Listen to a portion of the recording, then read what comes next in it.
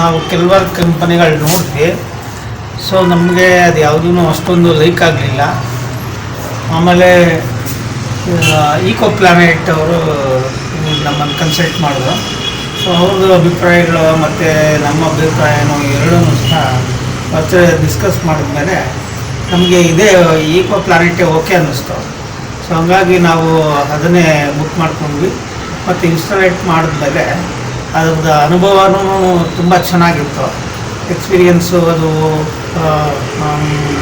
ಅದ್ರಲ್ಲಿ ಹೋದರೆ ಯಾವುದೇ ರೀತಿ ತೊಂದರೆ ಇಲ್ಲ ಅನ್ನೋ ರೀತಿ ಚೆನ್ನಾಗಿ ನಮ್ಮೊಂದು ಫೀಲಿಂಗ್ ಬರ್ತಾಯಿತ್ತು.